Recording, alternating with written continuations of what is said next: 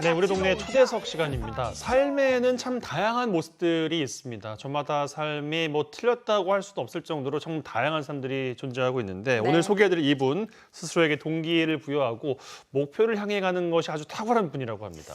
네, 무려 83개 나라를 여행하시고요. 2년이 넘도록 매일같이 달리기를 하는 분이 계십니다. 궁금하시죠? 남다른 인생을 살아가는 이분 이건 작가님과 함께하겠습니다. 안녕하세요. 어서 오십시오. 네, 안녕하세요. 네, 소개 좀 부탁드리겠습니다. 네, 안녕하세요. 저는 이 시대의 동기부여가 울림 메이커 이건입니다. 아, 반갑습니다.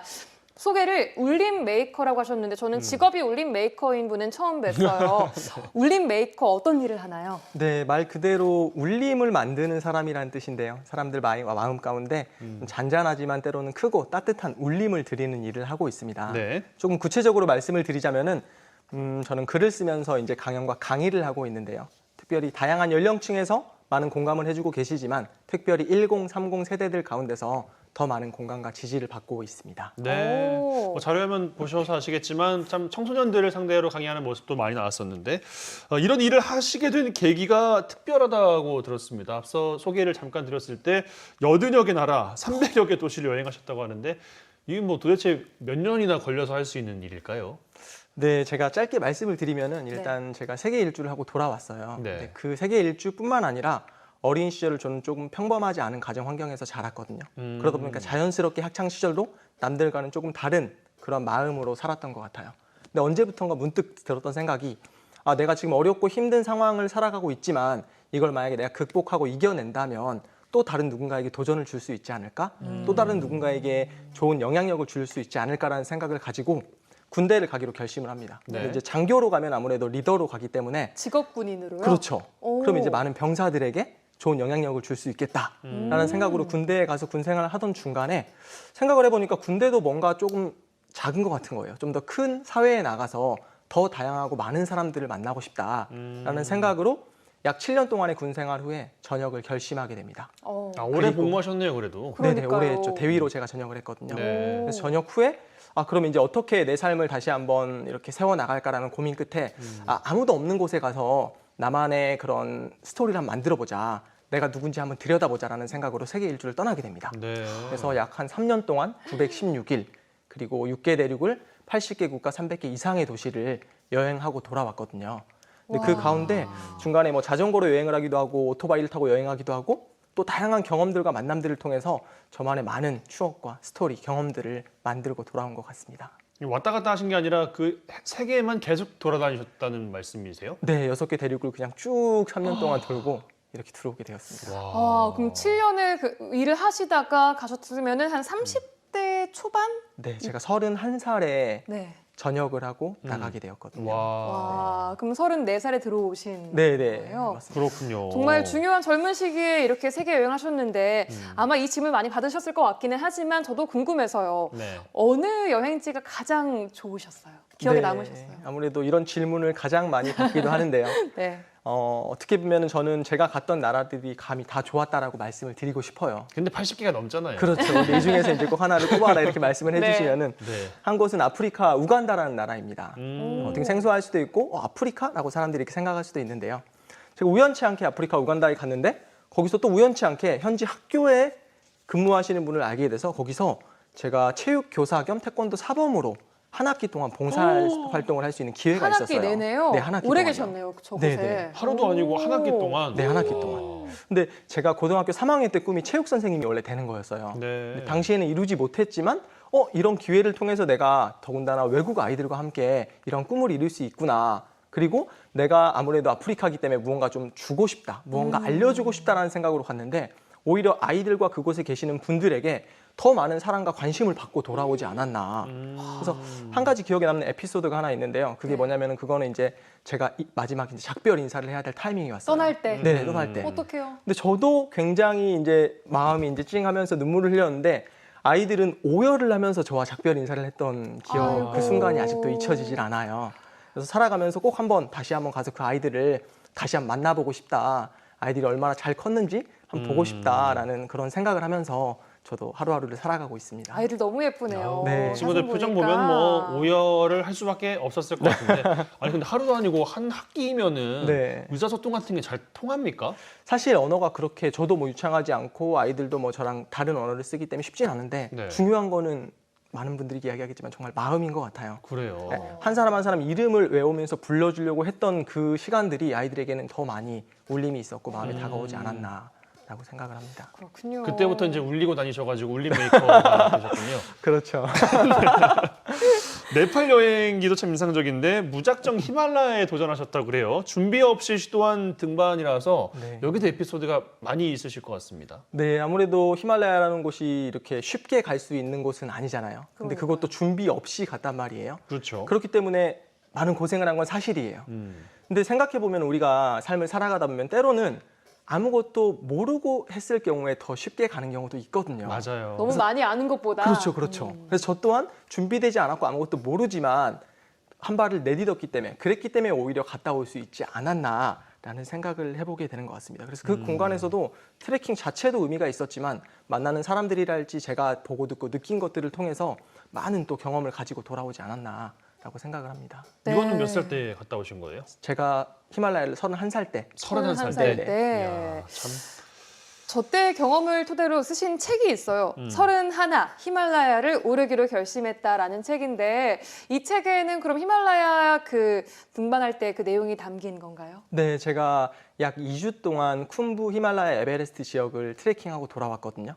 근데 그곳을 제가 트레킹하면서 보고 듣고 느낀 것들을 말 그대로 가감 없이 있는 그대로 풀어낸 책이 이 책이에요. 근데 제가 일기 형식 에세이로 썼기 때문에 초등학생부터 뭐 60대, 70대 어르신들까지 누구나 쉽고 편하게 읽을 수 있는 책이라고 생각을 합니다. 그래서 이 책을 통해서 누구든지 이제 너는 할 수 있다라는 그런 울림 있는 메시지를 전해주고 있습니다. 네. 그러니까 이런 책들을 이제 쓰시면 일기라는 거잖아요. 네. 그날 좀 기록해 두신 걸 바탕으로 책을 쓰십니까? 아니면은 갔다 와서 한번 다 생각해 볼까 하고 다 복기를 해가지고 쓰십니까? 아무래도 궁금해요. 이제 전자인데요. 기록을 해두세요? 네네. 히말라야 트레킹 자체가 쉽지는 않았는데 그러니까요. 그 중간중간 그냥 좀 정신을 차리고 메모를 좀 해놨었어요, 제가. 와, 그럼 책을 쉽지 쓸 않을 목적이 텐데. 있으셨군요. 사실 목적은 없었는데 지금 생각해보면 어쩌면 제 내면 깊숙이에는 그런 생각을 하고 있지 않았었나라는 생각을 해보게 겸사겸사 네네. 기록 겸. 그래도 이제 그런 소중한 기록들을 함께 나눌 수 있다는 것이 또 의미가 있을 것 같은데 그 여정이 작가님의 인생을 많이 바꾸어 놓았다고 하십니다. 동기부여에 대한 강의를 시작하게 된 계기였어요. 그게 정확한 계기다라고 말씀드릴 수는 없고요. 그 전부터 아까 말씀드렸다시피 이제 제가 학창 시절에 제 꿈이 하나 있었는데 그게 누군가에게 좋은 영향을 주고 싶다. 근데 그런 걸 통해서 제 인생도 돌아보고 또 군 생활도 하고 세계 일주를 하면서 다양한 경험들이 모이다 보니까 다른 사람들에게는 좀 더 많은 좋은 에너지를 줄 수 있겠다라는 생각이 들었거든요. 네. 그래서 그러한 시간들이 어떻게 보면은 제 안에 많은 동기를 부여해 준 것 같아요. 사실 저는 여기서 제가 다 말씀드릴 수는 없지만 굉장히 변화와 이런 도전을 두려워하는 그런 소극적이고 소심한 아이였어요.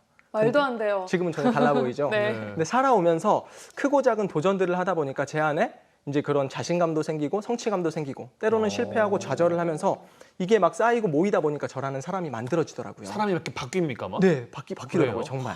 그래서 제가 강연 현장에서는 이런 이야기를 굉장히 많이 해드리고 있거든요.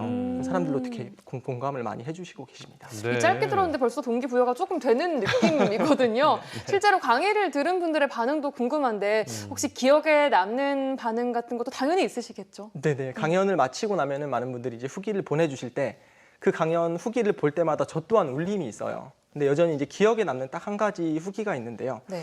어떤 분이 이제 학창 시절에 어떠한 실패 이유로 인해서 매일같이 이제 무기력하고 살아야 할 이유와 목적도 없이 살아가는 분이 계셨어요. 근데 제 강연을 딱 듣고 나서 본인도 갑자기 용기가 생기기 시작했대요. 그럼 나도 한번 해보고 싶다. 나도 용기를 가지고 멋지게 살고 싶다라는 생각을 갖기 시작하면서 이제 한번 저도 잘 살아보려고 합니다라는 후기를 보내주셨는데 그걸 읽는 순간 저에게도 굉장한 울림이 있었고 또 감동이 있어서 사실 그분이 이 방송을 보고 있는지 알 수는 없지만 네. 제가 방송을 보시던 안 보시던 마음으로 항상 응원하고 있다는 말씀을 드리고 싶습니다. 네. 그렇게 또 후기를 주시는 분도 계시고 후기를 보내진 않으셨지만 많은 분들이 그런 마음속에 진짜로 그 울림이 네.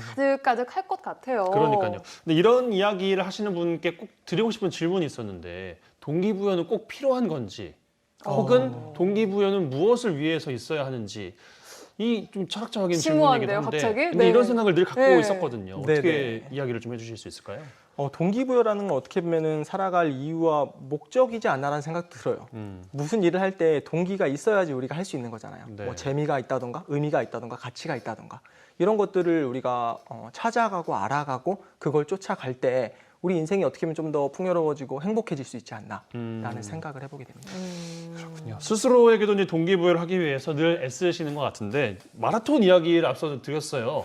2년 넘게 매일매일 달리기를 하고 계시다고요? 네, 제가 지금 오늘까지 정확히 794일 동안 매일 달리고 있는데요. 하루도 안 빠지시고. 네, 비가 오나 눈이 오나 기쁜 일이 있거나 슬픈 일이 있어도 코로나 매일같이 걸리실 달렸어요. 때 어떡해요? 그때는 집 안에서 이제 매트를 깔아놓고 집 안에서 그 런닝머신처럼 해서 달리기를 진짜요? 했어요. 네.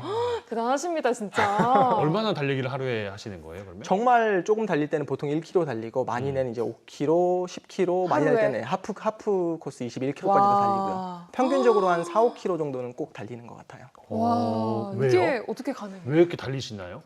그러니까요. 이게 달리게 된 계기가 있는데요. 제가 사실은 이제 책을 한 권 출간하면서 그 책을 쓰는 과정이 굉장히 저한테는 어렵더라고요. 네. 왜냐면 저는 어떻게 보이실지 모르겠지만 외향적인 성향이다 보니까 밖에 나가 사람들하고 무언가 활동을 해야 되는데 가만히 앉아서 책을 쓴다는 게 너무 힘들었어요. 고역이었군요. 네. 그러다 보니까 이제 가끔은 좀 무기력함과 함께 우울감도 찾아오는 거예요. 근데 이걸 극복해야 되잖아요. 또 동기부여를 해야 되는 사람이니까. 어떻게 할까 생각을 하다가 그러면 일단 몸을 움직여야겠다. 그럼 밖으로 나가서 뛰어보자. 근데 하루하고 말면은 다음날 똑같이 또 우울해지더라고요. 안 되겠다.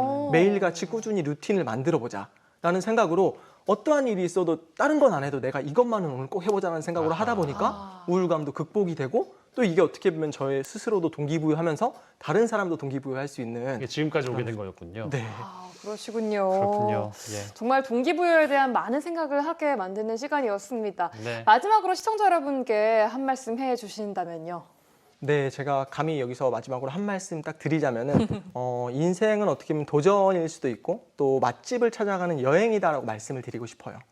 무슨 말씀이냐면은 우리가 행복하기 위해서 솔직히 단순하게 생각하면 맛있는 음식, 내가 좋아하는 음식 먹으면 솔직히 행복감 느낄 수 있거든요. 근데 맛집을 찾기 위해서는 누군가에게 정보를 듣고 우리가 그곳에 갈 수도 있지만 가장 좋은 거는 내가 직접 가보는 거예요. 그렇죠. 물론 갔을 때 그곳이 맛집이 아닐 수도 있겠죠, 저한테. 그러면 여러 군데를 가다 보면 결국 맛집을 찾게 되잖아요. 그러면 아니었던 곳은 제외하게 되고 이제 내가 맛있었다고 생각하는 곳에 가서 계속적으로 맛있는 음식을 먹으면서 행복을 누릴 수 있잖아요. 마찬가지로 우리의 인생도 행복하려면 결국에는 내가 좋아하고 잘하는 일을 찾으면 돼요. 근데 그걸 찾는 게 쉽지는 않죠. 아까 맛집을 실패했던 것처럼 하다 보면 실패도 할 수 있겠죠. 또 새로운 일에 도전한다는 것 자체가 두려울 수도 있고 걱정이 될 수도 있어요. 근데 그런 과정을 겪다 보면 결국에는 스스로 단단해지고 성장하고 성숙하는 건 물론이거니와 결국은 내가 좋아하고 잘하는 일을 찾게 된다고 생각을 하거든요. 그 찾게 된 일을 통해서 더 좋아하고 잘하는 일을 계속해서 하다 보면은 자연스럽게 삶의 만족도는 높아지겠죠.